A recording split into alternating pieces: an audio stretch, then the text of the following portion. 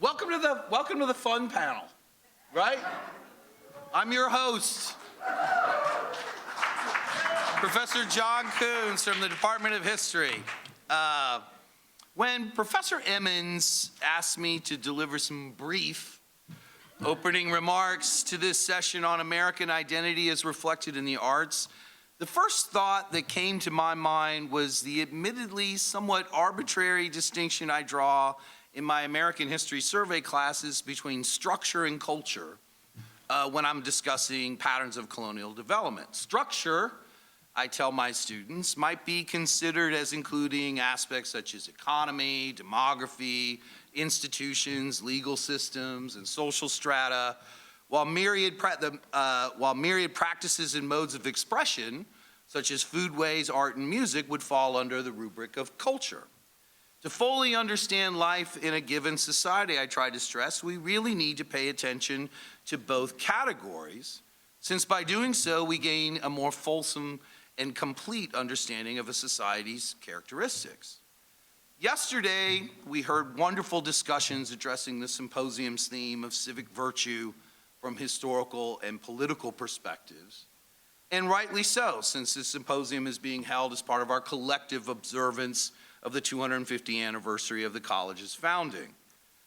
We will hear other presentations in a similar vein at tomorrow's session, but tonight I'm excited to have the opportunity to expand our gaze and consider the various ways that American identity has manifested itself in an array of different art forms.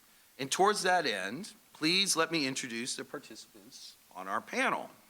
I believe this is the order of presentation, so that makes things nice and tidy. So we have Dr. Nicholas Morgan, Assistant Professor of Fine Arts, Dr. Nathaniel Perry, Elliott Professor of English, Dr. Victor Szabo, Elliott Professor of Fine Arts, and Dr. Katherine Weese, Venable Professor of English. Please join me in welcoming them and you to this. Very good. Hi, everyone. Thank you for coming, and thanks to Caroline for the invitation. So exciting to be able to contribute to this symposium and get to think about these questions of American identity. And I, maybe in a slightly crazy way, I'm a specialist in 20th century art, but as I thought more and more about this question of American identity, a 19th century painting kept coming to mind. So researching this has been a little bit of an adventure, and I hope you find it interesting.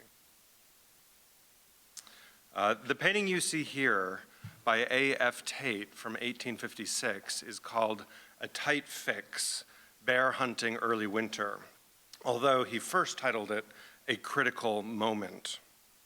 Today, it forms one of the chief attractions of the Crystal Bridges Museum of Art in Arkansas, a museum founded a few years ago by Walmart heiress Alice Walton. Among other things, what could be more American than a museum paid for by Walmart? The scene's rugged and rustic vision of American masculinity, exploration, and sporting life explain its current popularity at the museum. Back in 1856, it was first displayed in Philadelphia and then in New York, where a Californian bought it and brought it back west. When first exhibited, it aroused controversy, which I'll discuss in a moment. But first, a little bit about its maker, Tate, whose story itself expresses certain aspects of the American experience. He was born in England near Liverpool, had no official artistic training, although from growing up on a farm, he had a great affection for animals and knowledge of their anatomy. Probably intrigued by exhibitions of American art on view in London, he moved as a 29-year-old to the United States. Among other things, he probably saw exhibitions of George Catlin's portraits of Native Americans. And I thought this was a fun little relationship because we have a great Catlin painting at the college at Middle Court.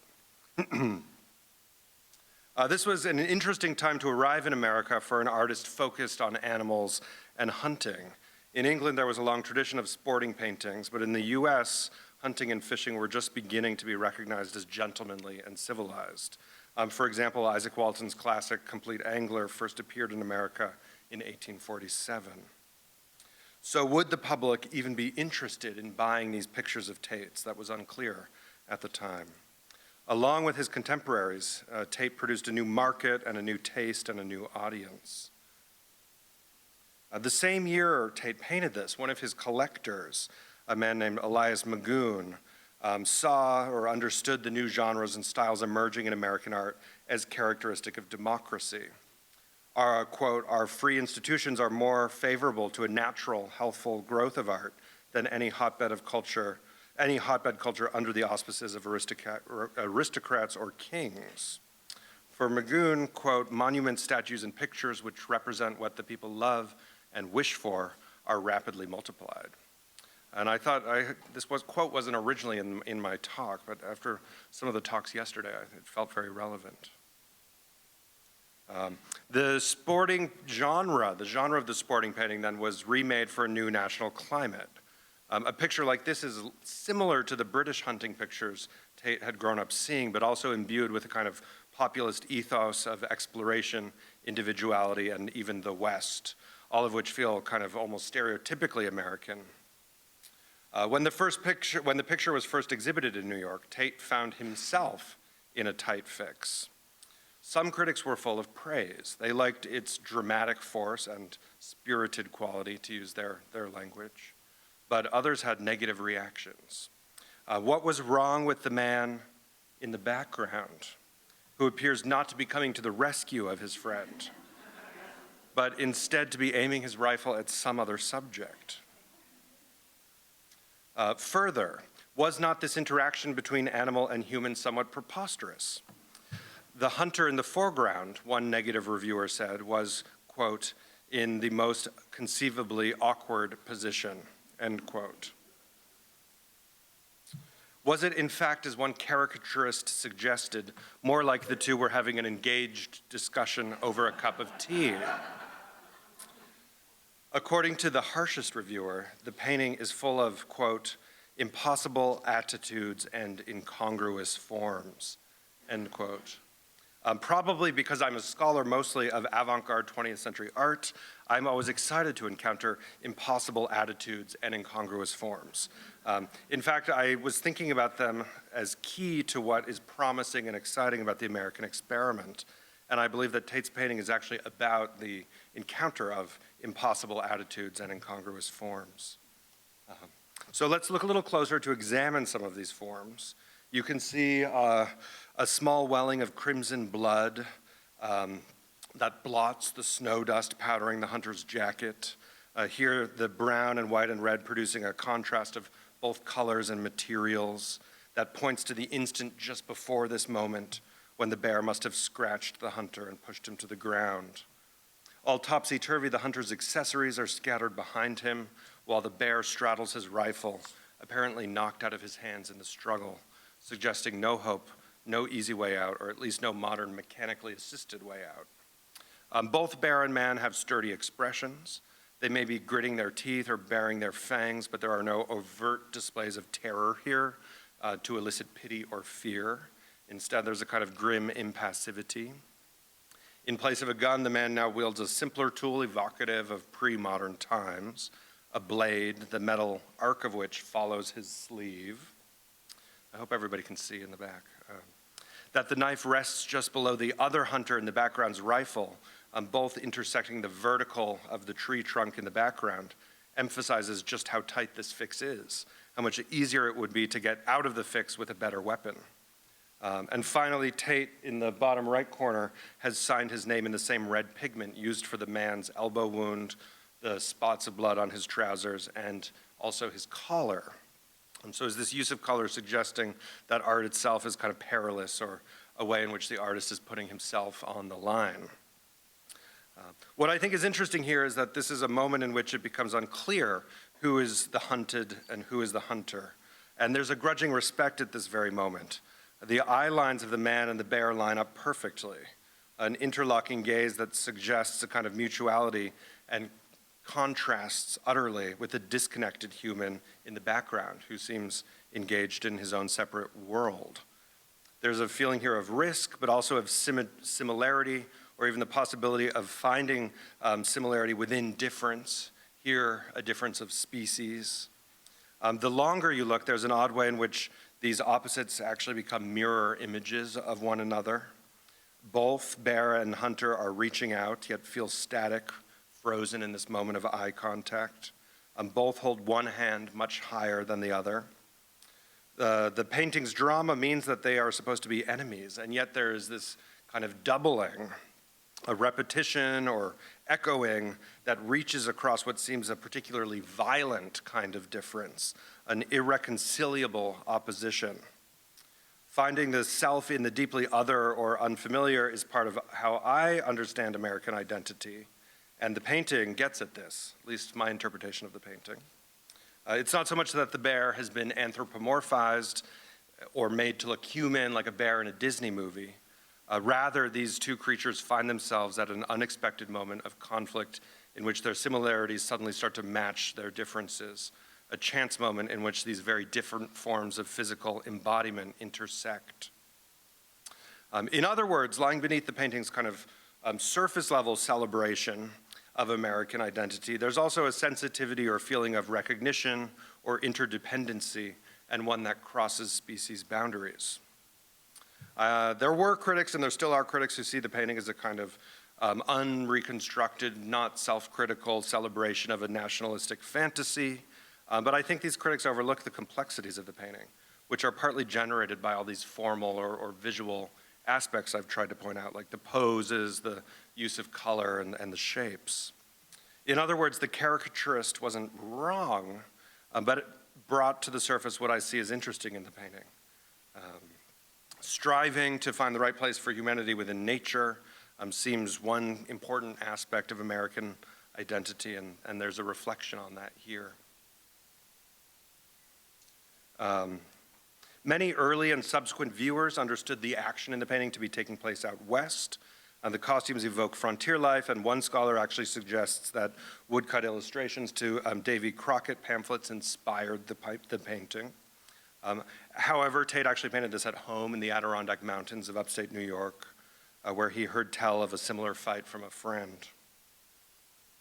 My philosophical or kind of interpretive reading of the painting as being about finding similarity within difference is no doubt partly inspired by what the Crystal Bridges Museum curators have to say about the work.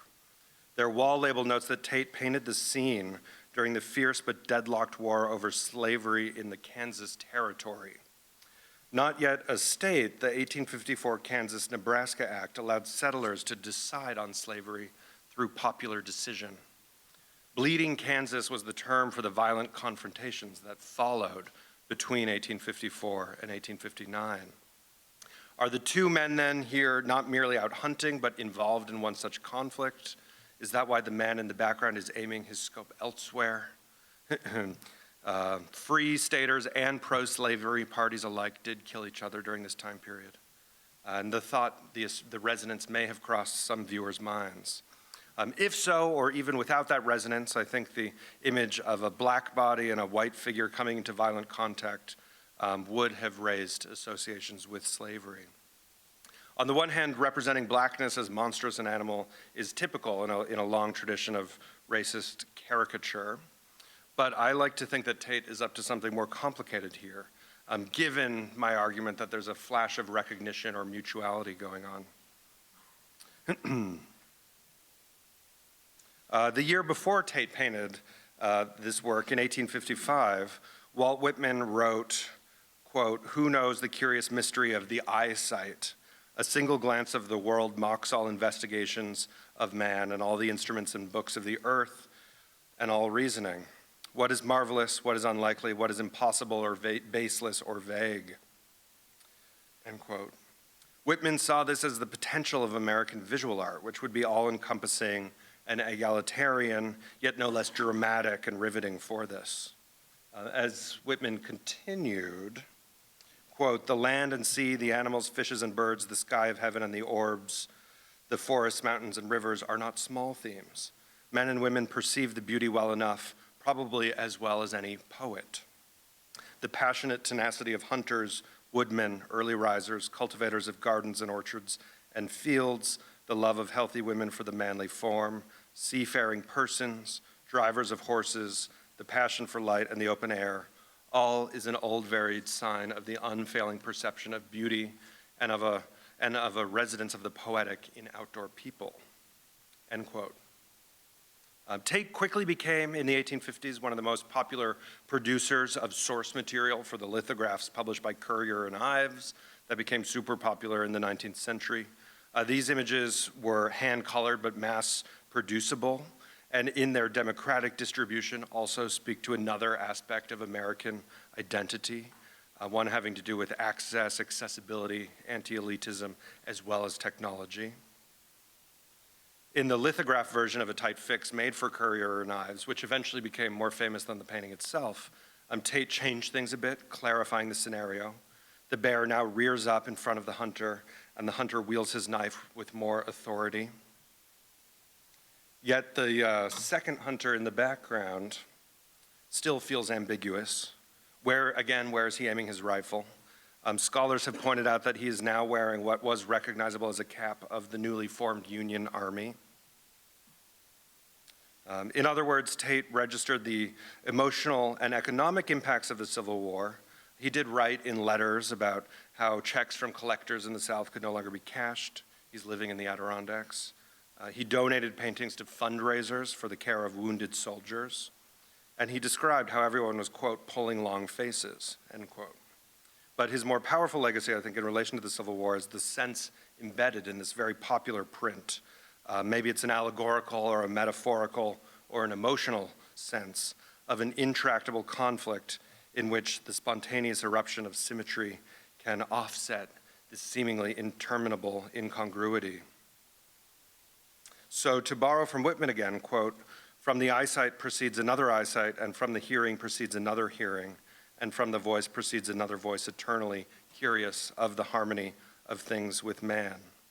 The moment here really is a critical moment, to use the original title, in terms of the literal moment in which the fate of both entities will be decided, but it's also a critical moment in the Enlightenment sense of the word critique, a moment in which an artist asks the question of what is and what can be and what the conditions of possibility are for coexistence and for Whitman's harmony of things with man. Thank you.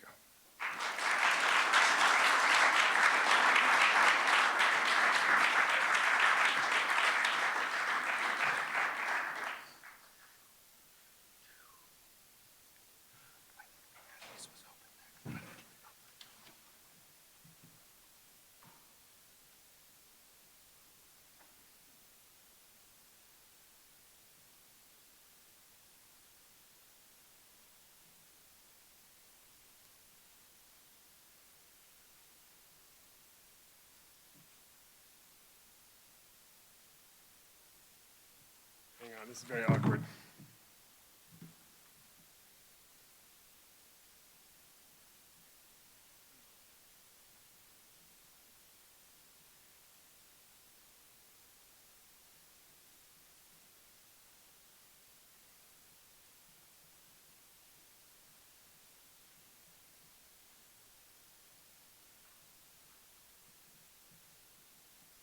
All right, isn't that always fun?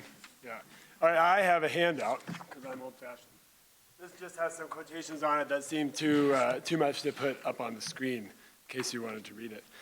Thank you. My name's Neil. I'm really happy to be here. I'm super happy to do this with these three colleagues who we should hang out more often. I love hearing what everybody has to say, and it's really wonderful to see everybody here. And thanks for inviting me to be a part of this. So I'm a poet. I went back and forth about what to choose, and I assumed it would be anticipated that I would choose a poem. But I decided in the end that I would think more about along the lines of how I teach American literature, which I've been now doing for 18 years. And at the end of each of my sections of the survey, I finish with a large novel. And in the first half, I finished with Moby Dick, and the second half, I finished with Invisible Man by Ralph Ellison. So I'll be talking about those two novels today. I first read these novels in my own college class, a class called American Novels, taught by Townsend Ludington at UNC. We also read Call It Sleep by Henry Roth and USA by John Dos Passos. So I thought maybe I could carry on that tradition that I came to love these books with. So we will start with Moby Dick. Look, I was a bad person and didn't put the title up here. I'll call this talk a three-sided coin. If there is one thing that Herman Melville loved more than contemplating the life and soul-crushing character of 19th century individualistic American white supremacist extractive capitalism, it was making fun of Ralph Waldo Emerson. And this was a lifelong passion of his. If doing it in letters and in what is now considered his masterpiece were not enough, Melville's last novel published in his lifetime, The Confidence Man, is considered by many critics to be a pointed skewering of Emersonian idealism. I happen to also like Ralph Waldo Emerson, so it's a little awkward. But in Moby, we're going to use Emerson to sort of set us up here. In Moby Dick, which I hope some of you are familiar with, long book, some whales. We'll do a little plot discussion. There might be some spoilers for those of you who haven't read it. But in Moby Dick, there is a fair amount of Emerson. Obviously, there is some pointed criticism of Emerson's famous essay, Self-Reliance. If there is any takeaway from Moby Dick in that regard, is that the self cannot be relied on. Moby Dick is a novel about a monomaniacal captain determined to chase a single whale around the globe in order to get revenge on God, basically, regardless of the safety of his ship and crew. And it was published on the heels of the Fugitive Slave Act of 1850. So the nation itself was monomaniacally pursuing the continuation of enslavement, as it seemed to many at any cost. So again, the self cannot be relied on. The nation was then, as it perhaps still is, trying to come to terms with its own identity. How do we, as a country, square the ideals, the beautiful ideals of our founding documents with the poison pills of slavery and the treatment of indigenous people that were baked into those very documents? The novel is so much about that identity. This ship, an all-male institution, which might make my metaphors a little on the nose for some of us, is a multicultural melee named after an indigenous tribe, the Pequod, governed by a rigid yet strangely ineffectual hierarchy whose purpose is violence and profit. It quickly feels like a metonym for the country in 1850, or possibly any country. I am not going to talk about the entirety of Moby Dick, though I could, depending on how long you guys want to be here. So we are actually just going to consider this by looking at a few circles. This essay by Emerson was published in 1841 in the same book that Self-Reliance was published in. I believe it's just called Essays, first edition. And this is from his essay entitled Circles. This is the opening sentence. The eye is the first circle. The horizon which it forms is the second. And throughout nature, this primary figure is repeated without end. So that's Emerson. We're going to put Moby Dick title page up there. What does Emerson mean with that? That life and the experience is basically a set of concentric circles, beginning with us, our identity, the things we do, the things other people do. And there also, like in all of Emerson, is a sense of constant progression outward towards those circles. So we're going to kind of let that hang in the background of my thinking about these few scenes from Moby Dick. All right, so if you got the handout, the first coin is my first circle. The first quote is my first circle, which is a coin, the doubloon that Ahab nails to the mast in chapter 36, the quarterdeck chapter. More handouts up here if you need one. If you haven't read the novel, Ahab doesn't appear until a few 20, 30 chapters into the novel. He's sort of a mystery. He shows up with his peg leg. We have enough handouts? We good? Oh, right, upstairs. Yeah, you guys should have said something. I didn't think about it, you know. Ahab shows up, and his first speech to the crew is he asks for a hammer, and he holds up a coin. And this is the section there. All ye mastheaders, that's you guys, have before now heard me give orders about a white whale. Look, do you see this Spanish ounce of gold holding up a broad, bright coin to the sun? It is a $16 piece, men. Do you see it, Mr. Starbuck? Hand me yon top maul. Look ye, whosoever ye raises me that same white whale, he shall have this gold ounce, my boys. And everybody then freaks out. And then they drink rum and they sing songs, and everybody's like, yeah, white whale, let's go for it. And for the entire rest of the novel, the coin is there, hammered into the mast, as a reminder of their oath and Ahab's desires. Okay, so it's always there. The Pequod functions a little bit like a stage in the novel. So it would be like a stage set. There's the mask, there's the coin. I argue that there are lots of circles in this novel, and maybe even another coin. Many chapters later, the Pequod has been sailing around. This is an original drawing, by the way. We'll get Nick to critique it afterwards. Many chapters later, the Pequod is sailing around fruitlessly looking for Moby Dick, and they encounter an enormous pod of whales. And here is part of Melville's description of that pod. We were now in that enchanted calm which they say lurks at the heart of every commotion. And still in the distracted distance we beheld the tumults of the outer concentric circles and saw successive pods of whales, 8 or 10 in each, swiftly going round and round, now inclusive of the occasional wide intervals between the revolving outer circles, and inclusive of the spaces between the various pods in any one of those circles. The entire area at this juncture, embraced by the whole multitude, must have contained at least 2 or 3 square miles. And then he goes on to say the center is this very calm space. And in the very, very middle, you can see at the end of the quote, is where the cows and calves have been purposely locked up in this innermost fold. So these are Emerson's circles, concentric circles of whales. We have at this point only encountered like a whale at a time. And so this is a very unusual occurrence in the novel. And the Pequod is sailing in between, they're in the whale boats at this point, sailing in between the different whales, and they end up stuck in the center. And all Ishmael can talk about is how calm and peaceful it is. And here are also the novel's only women, the whale mothers and their children. So at the center here of this great community that is protecting itself, working together, is this sort of familial peace and connection, okay? Here's the other side of the coin. Also an original drawing.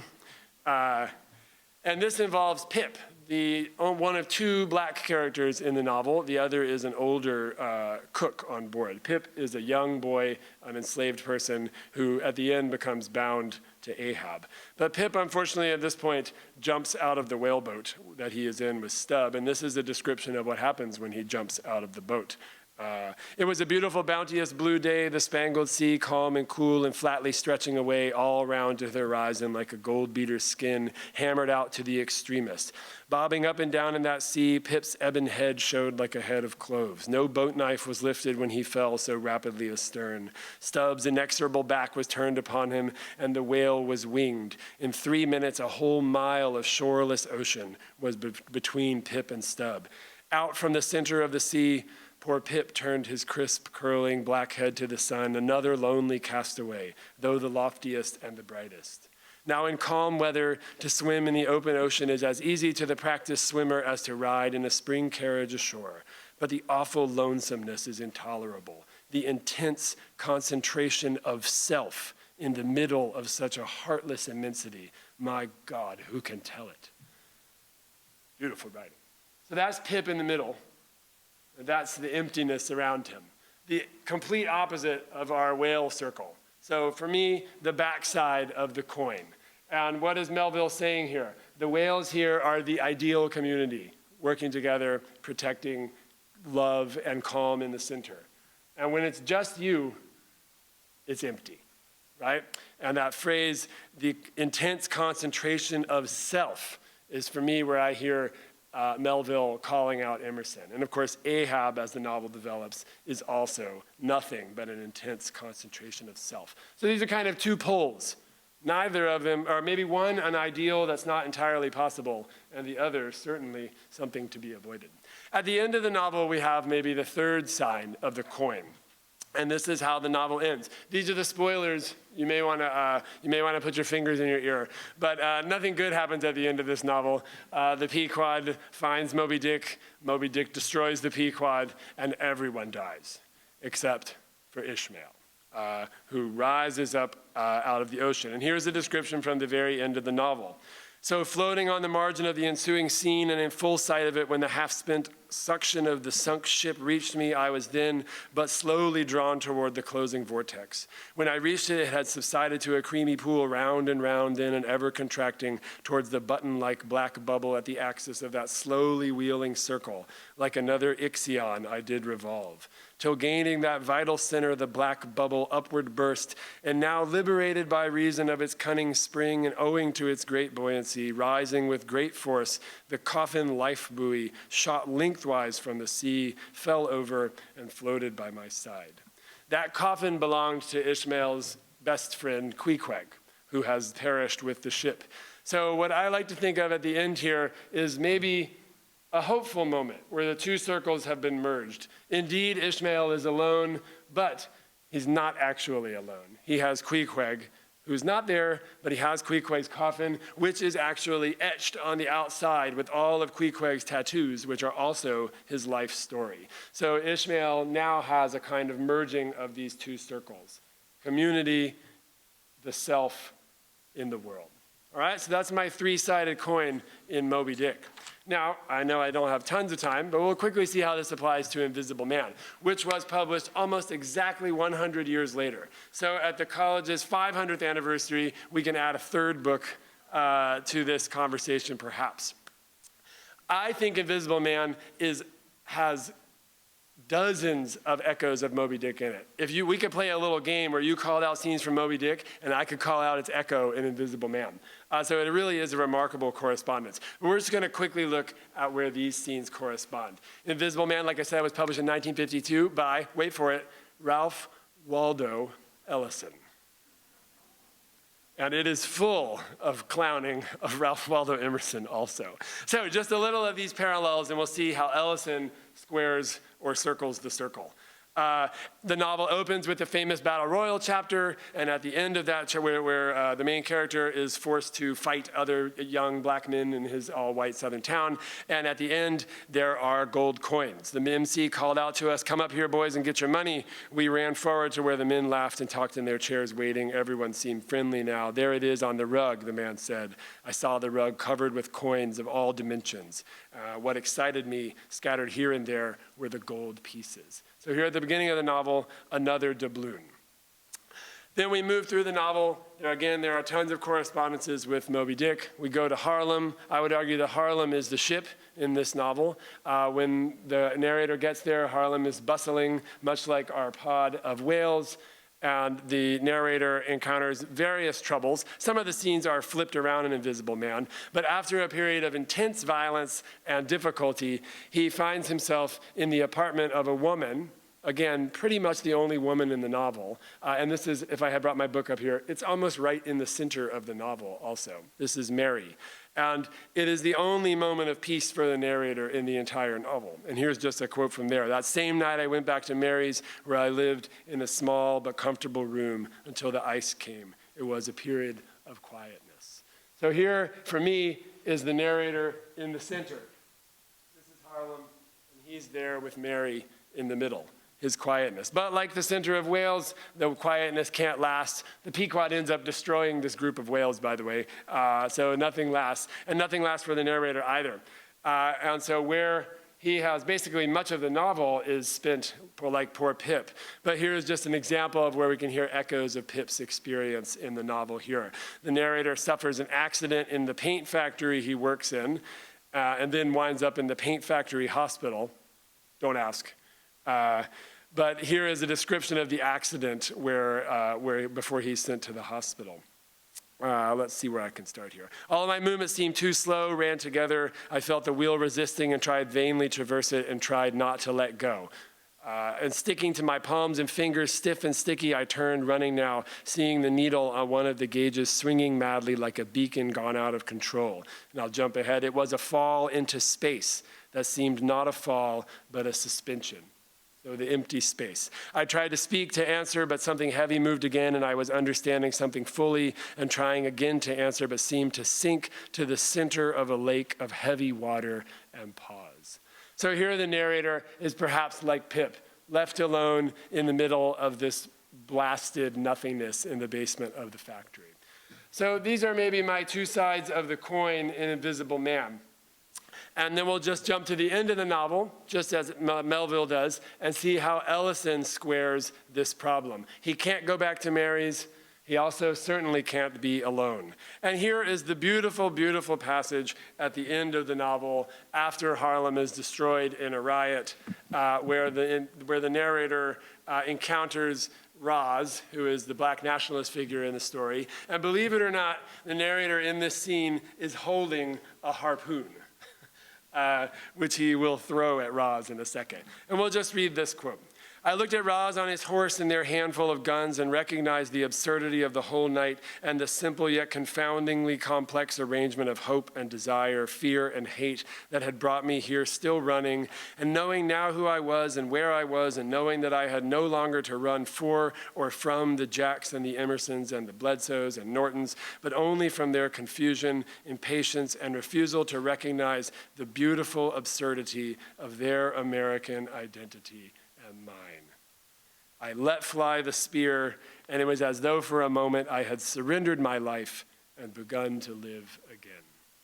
Again, beautiful writing. But much like Ishmael here, the narrator bobs back up to the surface after almost certainly dying.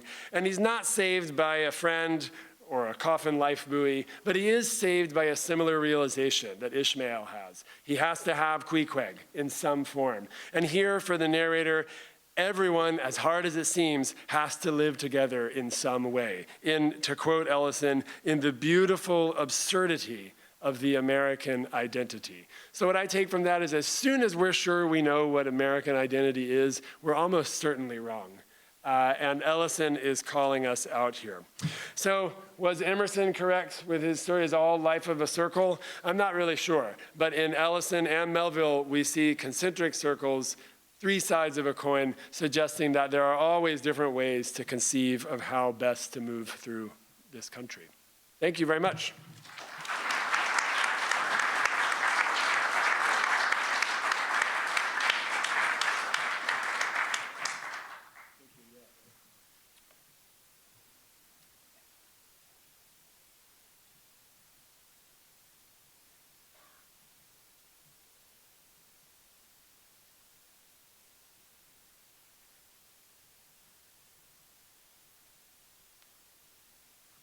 Right, so speaking of the absurdity of American identity and the difficulty of really locating it in any one distinct place, I thought I'd just talk about Planet Rock. Does anyone know Planet Rock? 1982, it's almost impossible to represent American identity in a single piece of music, so why not talk about one that is related to my research on electronic music DJing. Afrika Bambaataa is known as one of the forefathers of hip-hop DJing, as well as one of the landmark pieces of electronic music, not just in this country, but in this whole globe or planet rock. This song from 1982 represents a turning point in the sound of popular music as we know it, and one that both models and challenges an ideal of multicultural citizenship that became dominant in US culture and policy around 1970. So a little biographical and cultural background before I play you the song. Afrika Bambaataa is known as one of the pioneers of hip-hop DJing, which started in the Bronx in the early 1970s. What is DJing, you ask? It is the art of playing records to rock the party, right? And the specific sort of DJing that is hip-hop DJing in the 1970s is not playing hip-hop records. Those don't exist yet. Okay, this is playing DJs in a certain style to focus on the breaks or breakdowns in particular songs. These parts of the songs where the melody's stripped away and all you hear is the percussion and maybe a little bass and you really get down. And these DJs start thinking about, why don't I just play the breaks over and over and over? And they start to essentially make what we later understand to be hip-hop beats, right? But these are actually pulled from rock records, R&B and funk and disco, right? This is the sort of music that these DJs are playing, but this becomes the roots of what becomes known as rap music in the 1980s. This song and this style of DJing is also one of the key origins of electronic dance music, techno, house music, and so on. So Afrika Bambaataa is born Lance Taylor to Jamaican and Barbadian New Yorkers. He grew up in the Bronx River Projects. As a teenager, he became involved with the Black Spades street gang. You have to understand the Bronx at this time is a rough environment. It's a prime example of urban decay as working class residents lost high-wage industrial and manufacturing jobs to a growing telecommunications and information services sector. Federal funding for social services decreases, middle-class families flee, and so gang activity, really in this vacuum provides a source of income and protection and community, but it also we know, leads to turf wars and violent disputes. And Bambaataa says that he wouldn't be alive today if not for hip hop. He, at age 16, really gets into these parties that start popping up in the Bronx. He's inspired by disco DJs and by some of his peers, as well as by his mother, who has a really sizable vinyl collection. And he starts throwing parties with her records at the local community center. These are very popular parties. Also, he is doing well at school, guys. He writes this essay that sends him on a trip to Africa, and he goes to the Ivory Coast. He wins this essay contest, right? So he goes to the Ivory Coast and Guinea-Bissau, and he's rather inspired by what he sees there. He says, quote, "That was a big inspiration, seeing Black people controlling their own destiny." And so he comes back. He names himself after the Zulu chief Bambaataa, and with some peers, he breaks off from the Black Spades to start what he calls the Universal Zulu Nation, with the vow to use hip-hop to draw kids out of gangs. Hip-hop more broadly should be understood as a range of cultural art forms that are really rooted in the largely Black American and also Latin American community in the Bronx. So not just DJing, but MCing, using the mic and speaking energetically to get the crowd excited. This becomes what we know as rapping, has roots in Jamaica, among other places. B-boying and B-girling, AKA what most people now know as breakdancing, right? Dancing rather virtuosically to hip-hop DJs, as well as graffiti. And so these are all art forms that are really deeply connected to the place in which it comes. It's really about eluding authority, especially when you think about graffiti, about demonstrating one's virtuosity, and about building community. There's really no separating the art from the artist in hip-hop culture, right? It's all of a piece. And in its sheer power and exuberance, which you'll hear in a moment, don't worry, I'll play you the song, but in its sheer power and exuberance resisted, or at least put at bay, the poverty, crime, and oppressive urban noise. This is a very loud place, pervading the Bronx in the 1970s. And so you have these block parties, really, that are popping up over the course of the decade, and the music that you're hearing, this is ultimately party music, okay? And I think this is important to point out, that having fun in this sort of environment, in particular, in an oppressive environment, is political, right? This is bringing people together around pleasure. It's non-violent community building. And in 1979, as Bambaataa and his peers like Grandmaster Flash start gaining broad recognition for their work as DJs, the Sugar Hill Gang's Rapper's Delight becomes a surprise smash hit, setting the stage for Bambaataa to cut a record that itself might land on the charts, which it does. And it does so in 1982. I'll set the scene with just a couple more bits. Bambaataa becomes well known in New York for his connoisseurship. He brings a variety of music to his sets, pulling from all sorts of unexpected genres and places to surprise partygoers. One act that Bambaataa really started loving toward the end of the 1970s was Kraftwerk.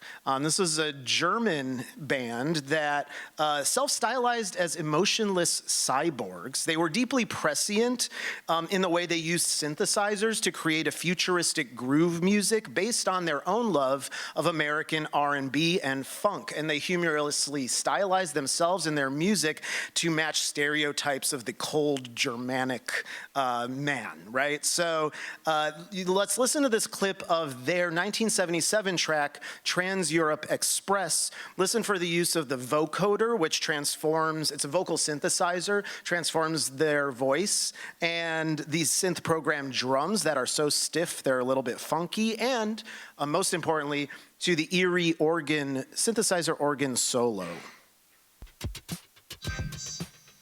Oh, it's not loud enough.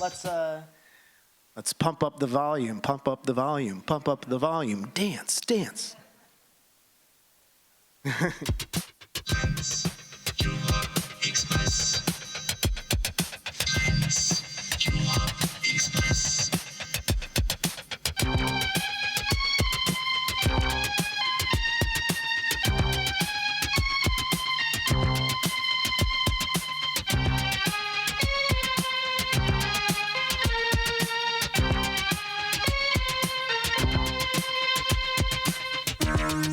Okay, so that's just a little clip, and now have that tune in mind and the sound of this music in mind when we listen to the first 2 to 3 minutes or so of Planet Rock, which is emceed or rapped by the Soul Sonic Force. These were MCs and B-boys in the Zulu Nation. Bambaataa said, I wanted this to be the first black electronic group, and so this is the song that they cut in the studio. Party people, can yo get funky? Soul Sonic Force, can yo get funky? The Zulu Nation, can yo get funky? Yeah, just hit me. Just taste the funk and hit me. Just get on down and hit me. Bambaataa's getting so funky now, hit me. Yeah, just hit me. It's time to chase your dreams about the streets. Make your body sway, socialize. Get down. Let your soul lead the way. Shake it now. Go, ladies. It's a living dream. Love, life, live. Come play the game. Our world is free. Do what you want, but free.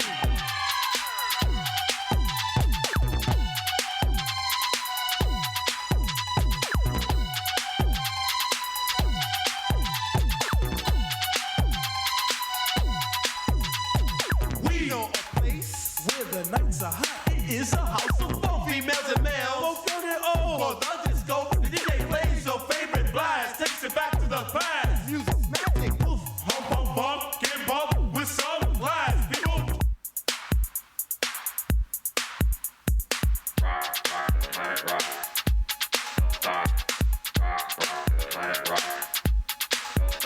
The Soul Sonic Force. It's the big power. And MC Glow, we emphasize the show. We got ego. Make this your night. Just live it right. In my day, as the people say, live it up. Shucks. So work or play, our world is free. Be what you be. Me.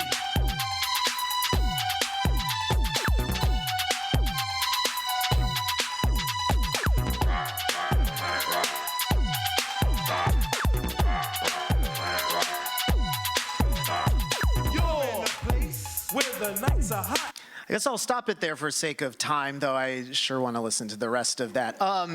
Talk about, I mean, Professor Perry's and Morgan's talks, talk about the self and other, right? And sort of incorporating one in the other. I mean, seeing Kraftwerk being so influenced by African-American music and modeling it in their own way, and African Bambaataa taking that and modeling it in their own way, this back and forth, is really fascinating, right? This idea of free exchange of cultural ideas. Our world is free, do what you want, but scream, right? Have fun while you're doing it.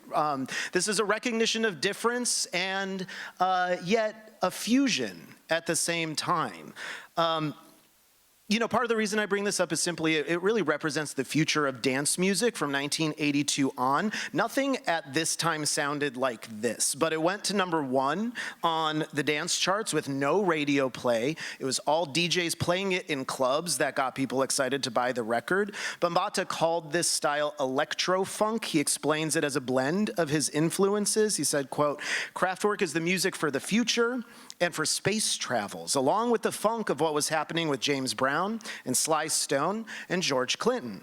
Of course, I was listening to a lot of Yellow Magic Orchestra Party people. I'll explain that in a moment. And Gary Newman, as well as Dick Hyman's Moog sound. He's talking about the synthesizer that was developed in the 1960s, and music from John Carpenter's Halloween. When you put all that together, you get electrofunk, which is what we were doing, end quote. So who's the Yellow Magic Orchestra? They were this trio from Japan who themselves did much like what Kraftwerk did with Germanic stereotypes. They took these Western Orientalist stereotypes of Japanese music, and they played with that and they toyed with that to make their own faux Japanese sound. And one of the things that they used, and were the first group to really use it in this way, was the TR-808. Raise your hand if you've heard of the 808. Right? This has become synonymous with the drum machine, which is a type of synthesizer and sequencer. But the 808 is so famously associated with hip hop and hip hop production. The sound of that beat that you heard in Planet Rock is the 808. And that was the first hip hop track to use it. And from then on, people now just say 808s when they mean drum machines. And because it has this distinctive artificial sound. The 808s were a failure on the market at first because they sounded so fake. People said, we can't use this to replace real drums. You know, they were so obviously artificial. And starting with Yellow Magic Orchestra and later Bambaataa, they said, oh, that's what we like about it, right? The artifice of it all. And it has this distinctive sound. This can be tied into the tradition known now as Afrofuturism. This was a word developed in the 1990s later on, using sci-fi imagery and overt artifice to chart a futuristic artistic vision for Black artistry beyond the trappings of the present. It can also be understood in the concept of post-soul music, which is not necessarily meant to discard soul, as you saw in the lyrics, right? It still says, we got soul, right? Represent your soul. And yet, it's a rebuke of stereotypes of authentic Black musicality as soulful, natural, raw, and innate, which feeds into other broader stereotypes of Blackness in this country. So in some ways, this was a challenge to dominant stereotypes, even as it embraced the cultural difference at heart. It was significant in its influence. It updated the sound of African American dance music as we know it. Really, and when you think about it, African American dance music, I will put my money on this being the most significant and consequential stream of music in the 20th century, period. If you look at rhythm and blues, rock and roll, Motown, soul, funk, pop, disco, hip hop, right? This is all of a thread connected by a vision of American Blackness. And I think that is really significant even to, popular music today. And yet I also point out that this wasn't the doing of Black musicians alone. He did this in consort with Arthur Baker and John Roby, who produced and performed the music in the studio. Bambaataa had little familiarity with studio equipment as well as how to play the keyboard. And so he hired these guys to execute the track. And as a DJ, he has this idea of bringing musical influences together with their own unique contributions to create something new. You can see him as a conductor, sort of bringing these people together to do something new. It's not about the greatness of one individual, and I'll let you look up Bambaataa on your own. He is not a great individual in some ways. And so this is important to know that despite him demonstrating, I would say, civic virtue in the way he brought people together, that doesn't, I think that requires some connection to moral virtue as well, right? And I'll leave it at that, but he nonetheless modeled civic virtue in his work as the leader of the Zulu nation. He was an ideal citizen in the era of multicultural citizenship, acknowledging cultural difference within a society and recognizing their unique contributions to the whole. rooted in the idea of cultural pluralism, rebuking the notion of the melting pot. I'm sure you've heard the salad metaphor, right? And this all develops with this idea of multiculturalism that becomes dominant in the late 20th century. And in many ways, he took this even beyond the national model and modeled global cosmopolitanism, using electronics as a vehicle through which he could expand the multicultural idea across world cultures, now understood in terms of interculturalism. But beyond this, Planet Rock and its electronic futurism challenges the notion of preserving cultural difference in the age of electronics. We hear this back and forth between Black American and German and Japanese, a mixture of musical influence, an idea of global unity as a challenge to the idea of inherent cultural difference, both ethnically and nationally, even as this difference is acknowledged and celebrated. The signals get increasingly crossed, and what a great synthesizer of so many things. Is America a synthesizer? I don't know, maybe Kathy, you can let us know. Thank you.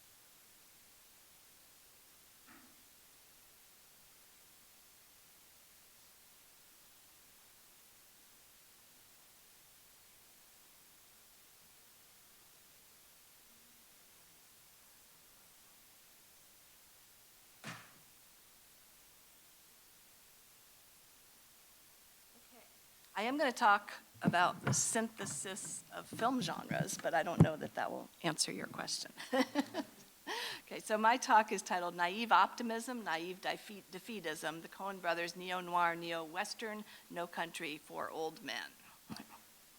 So I'm going to focus tonight on a film that merges two distinctly American film genres, the Western and the film noir. In their classic forms, which are oversimplifications, no doubt, but I'm going to just work with that tonight. These genre films' baseline premises are diametrically opposed to one another.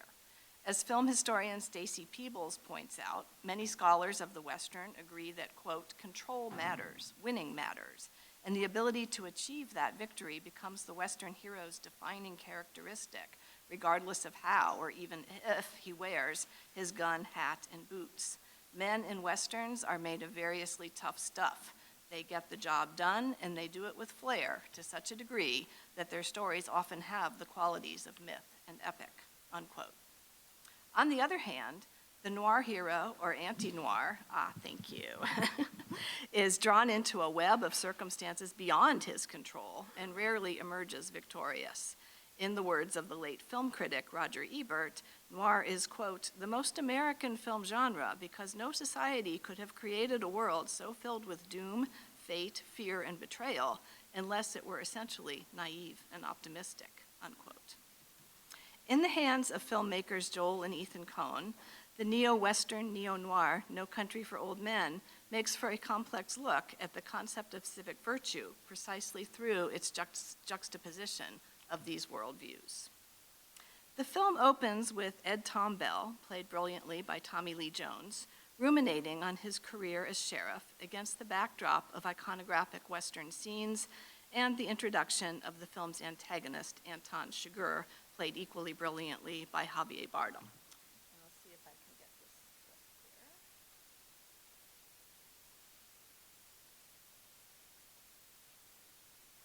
Okay, that's the second one I need. Okay, here's the first.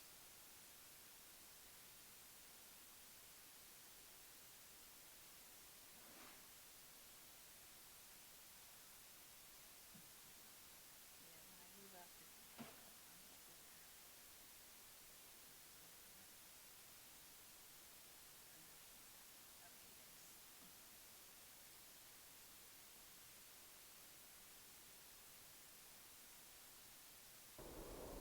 I was sheriff of this county when I was 25 years old. Hard to believe. Grandfather was a lawman, father too. Me and him were sheriffs at the same time, him up in Plano and me out here. I think he's pretty proud of that. I know I was. Some of the old-time sheriffs never even wore a gun. A lot of folks find that hard to believe. Jim Scarborough never carried one. That's the younger Jim. Gaston Boykins wouldn't wear one up in Comanche County. I always like to hear about the old-timers. Never missed a chance to do so. You can't help but compare yourself against the old-timers. Can't help but wonder how they'd have operated these times. There's this boy I sent to the electric chair at Huntsville here a while back. My arrest and my testimony. He killed a 14-year-old girl. Papers said it was a crime of passion, but he told me there wasn't any passion to it. Told me that he'd been planning to kill somebody for about as long as he could remember. Said if they turned him out, he'd do it again. Said he knew he was going to hell. Be there in about 15 minutes. I don't know what to make of that. I surely don't. The crime you see now, it's hard to even take its measure. It's not that I'm afraid of it. I always knew you had to be willing to die to even do this job. But I don't want to push my chips forward and go out and meet something I don't understand. A man would have to put his soul at hazard.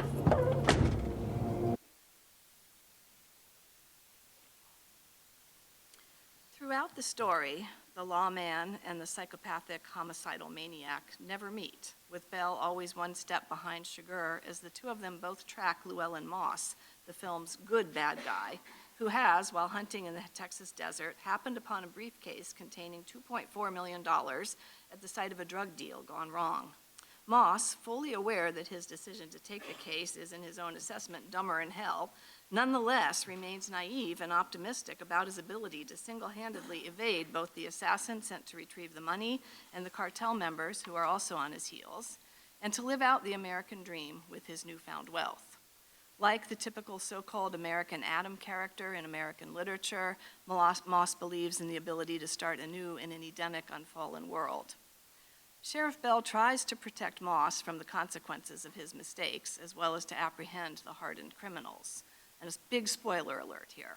Things do not end well for Moss. His death at the hands of those who seek the money is such a foregone conclusion, as is typical of the film noir genre, that it isn't even shown on screen, but it occurs in a narrative gap. Far more important for the film's exploration of the American character than Moss's death and the fairly simply morality tale that surrounds his actions are the effects on Bell himself of Bell's failure to protect Moss and to bring the criminals to justice, his failure to get the job done. Bell returns to the scene of Moss's death in a hotel in El Paso just after Chigurh has arrived to retrieve the missing money. And there follows one of my favorite scenes in the film, whose implications I want to explore after we watch this not quite encounter between the lawman and the outlaw.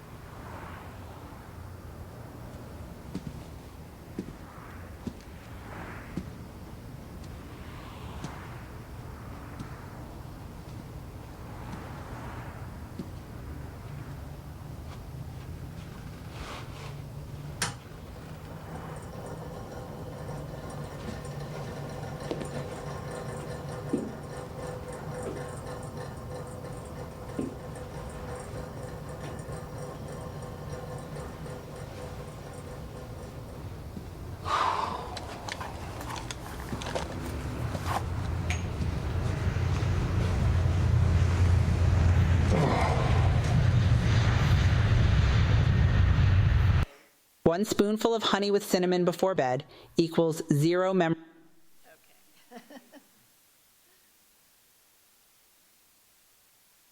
Okay, so the visuals here strongly suggest an alternative to the stereotypical Western showdown. In the noir-style low-key lighting with its heavy use of cast shadows, Bell is clearly in a showdown with himself. As he searches the room, after he searches the room, he sits on the bed, head in his hands, in a defeated posture. In the next scene, when Bell visits his Uncle Ellis, we learn that Bell is quitting, feeling overmatched by what he considers to be the new kind of criminal that the old-timers he spoke of in the opening didn't have to contend with. He moves from stating early in the film that he will, quote, dedicate himself anew to pursuing justice, not just daily, but twice daily, unquote, to adopting the position that he will not put his soul at hazard in coming up against something that he doesn't understand. What does it mean for Bell to be in a showdown with himself? To be sure, Bell is a good man with many successful years of local law enforcement service behind him. Compared to Chigurh and to Moss, he is definitely a good man in the context of the film. And yet, the film does not entirely endorse him and offers a critique of the limitations of his understanding. When he talks with Ellis, his uncle reminds him that, quote, what you got ain't nothing new. This country's hard on people, unquote. In Cormac McCarthy's novel, from which the film is adapted, Bell himself observes of the current situation in which he finds himself embroiled, that there has been, quote, a breakdown in mercantile ethics, unquote, without fully understanding the implications of his own comment. The film and novel carry frequent reminders of the country's often violent past in their references to indigenous tribes, such as Comanche County or the town of Cherokee, or one character comments at one point ignorantly that people are talking in Indian. There's a one-sided view of the relationship between the settlers and the Indians that's represented. And this critique comes out also as well in Bell's comment that sometimes as he fights the war on drugs in the 1980s, he thinks things would be better for the US if they simply gave all of it back to them, meaning return Mexico and the territory, return to Mexico, the territory surrendered in 1848 at the end of the Mexican-American War. No country thus undermines Bell's conviction that violence in the United States has progressively worsened with each successive generation, evidenced for him in his assessment that the presence of green hair and pierced noses constitutes signs and wonders, and that, quote, once you quit hearing sir and ma'am, the rest is soon to follow, unquote. The Cohen's mark is naive, his sense of a golden age in the past, his defeatism as rooted in a misunderstanding of the nature of American history, and critiqued every bit as much as is Llewellyn Moss's unrealistic optimism. Thus, one might read Bell's showdown with himself as a failure of understanding not of Chigurh as a ruthless modern-day hitman working for American corporate backers of Mexican drug cartels, but of a breakdown in mercantile ethics that has characterized American capitalism long before the 1980s. Looking at American history through rose-colored glasses and romanticizing the past is self-defeating for Bell, who not only exaggerates the newness of the threat posed by current circumstances, but also elides the efforts and successes of his predecessors among the citizenry to defend against circumstances they oppose. In sum, Bell adopts what I'll call a position of naive defeatism that the film asks its viewers to question. And what about Anton Chigurh in this scene? There's a good deal of debate about what happens. Is Chigurh really in the room? Is he in the room next door? Are we seeing a representation of Bell's fears here, his imagined sense of what might be lurking behind the door? Bell says at one point of Chigurh, I reckon he's a man, yet he also refers to Chigurh as pretty much a ghost. The nature of film as a fixed medium dictates that Chigurh must be depicted as a man, but the film also paradoxically represents him as supernatural or inhuman, and the Coens capitalize on the medium to convey this idea. Throughout their adaptation of No Country, the lighting and camera angles, in conjunction with Bardem's acting and makeup, emphasize Chigurh's pallor and his impassive expression. He appears in many scenes almost magically, with no lead up to his arrival, and he disappears from them with equal ease, defying rational explanations. In the clip I showed, it's ambiguous whether he's in the room where Moss was shot. The visuals indicate that he is, but when Bell enters the room, he's not. I would argue that it's simply not possible to read this scene in realist terms. We need to understand it symbolically. That is, Chigurh is both an individual criminal and a ghost or force whose presence out there in the world characterizes the soullessness of which Bell speaks in the opening of the film, but which is decidedly not simply a modern-day violent force in the American landscape. The past haunts the present. Importantly, this force is not simply an apparition. It is a real force. It is inhumane, but its source is not inhuman. In an interview on NPR, Javier Bardem indicates that Chigurh believes the crimes he commits to be inevitable, dictated by fate. Famously, he sometimes uses a coin toss to determine whether he will kill someone. In contrast, Llewellyn Moss's widow, Carla Jean, in her own showdown with Chigurh late in the film, calls out his position. The coin don't have no say, she argues, when her life is on the line. It's just you. In this regard, his ghostly presence in the film as a force of violence, coupled with No Country's discourse on American history and its revision to the classic Western's generic conventions, emphasizes that he is a man who makes choices, like all the other key players in the film, and that those choices are not inevitable, and nor are the forces behind them invincible. Throughout the film, characters repeat a line about what's coming and how you defend against it. One takeaway from this modern Western is that you need to know what's been and how to distinguish productive optimism and action for future change from the kind of naive and individualistic optimism critiqued by the film's representation of Llewellyn Moss. You also have to know history, what's been, to recognize the futility and misunderstanding that characterizes Bell's sense of doom and defeatism in the face of his conviction that the country has gone to hell in a handbasket. Though No Country does not actively represent positive alternatives to either Bell's or Moss's failings, it implicitly revises Frederick Jackson Turner's frontier thesis with a more nuanced view of the complexities of American history, and it also implicitly points to the fact that in spite of all the flaws and contradictions in the American experiment, acts of civic virtue have combated past acts of culturally endorsed violence. Thank you.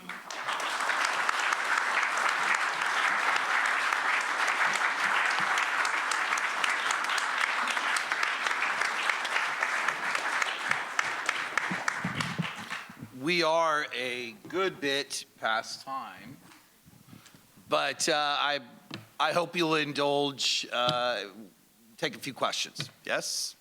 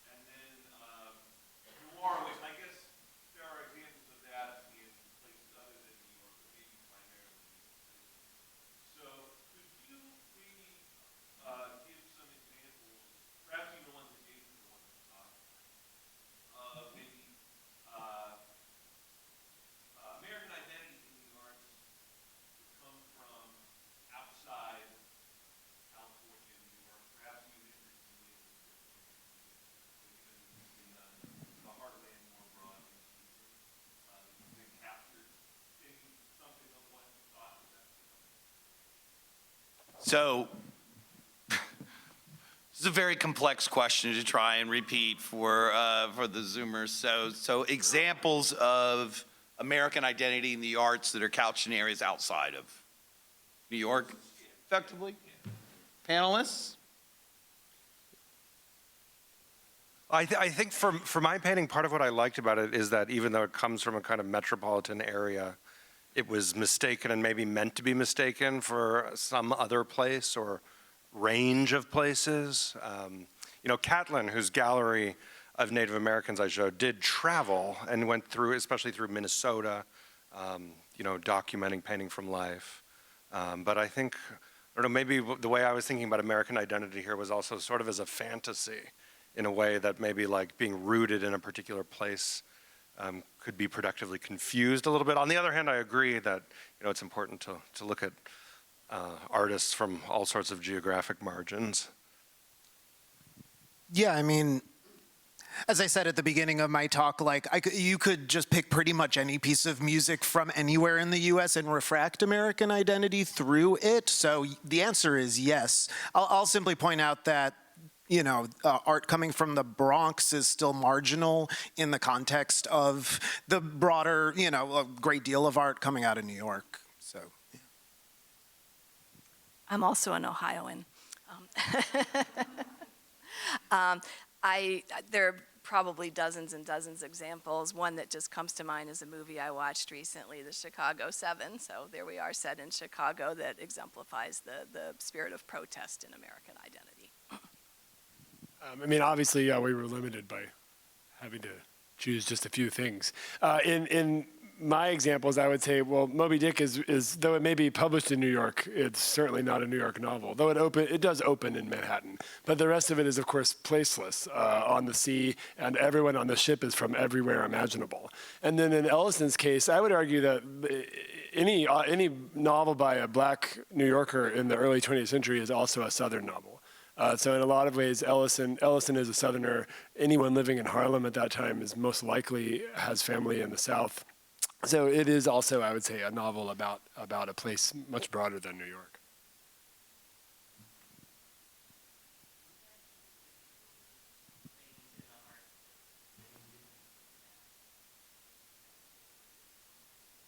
So some aspects of the arts that Hampden-Sydney students in the past might have had affinity for. Analysts? Guesses? I'll just say very quickly that all of my students always love No Country for Old Men whenever I teach it. Grateful Dead, anyone? I mean, we were just talking about this a little bit at dinner with Tommy Szabo and some of the musical acts that have come through Hampden-Sydney. In the past, of the more famous ones of which I know include The Temptations, Marvin Gaye, Tammy Terrell, George Clinton, and Widespread Panic. So I think these were all popular with Hampden-Sydney students. Oh, and the Pixies. Wow. Yeah, that's a great question. You know, I mean, I think I partly picked this painting because I've taught a lot of students who are passionate about hunting and fishing and kind of wildlife. And so I like to think that, you know, a Hampden-Sydney student in 1856 might have been on the vanguard of this shift I was talking about in American culture, where these kinds of paintings didn't really get celebrated. And then, you know, people who were excited about the sport started to collect them and exhibit them and celebrate them. So that's projecting further in the past. I don't know. I would hate to speculate on what in the 1960s. I don't know. It's a fascinating question to think about. I mean, I could just say that, first of all, I would say there isn't, just as there isn't a monolithic Hampden-Sydney student, right? I've had students respond in lots of different ways to surprising things. Students often respond to Moby Dick. They see it as like one of the books they've heard of and can't believe they actually read, right? But maybe more broadly out of the current, I'll point out, I'm pretty sure in the college's original advertisement, it makes a point of saying there's going to be study of the English language. And what they're talking about there is not just the classics. So it's kind of radical to be reading anything that wasn't the classics as literature. And to imagine that we'd be now reading American books would have shocked people in the 1770s. And when Washington Irving published the sketchbook in 1819, people would write, who in the world would buy an American book, right? And here we are talking about a fair amount of American things. I have one thing to add. I would be remiss if I did not mention Hampden-Sydney alum Scott Cooper, who's quite a renowned filmmaker. He also has made a modern Western that has resonated with my students called Hostiles. It came out in 2015 or 2016. Maybe one more? Okay then. Well, thank you very much for coming.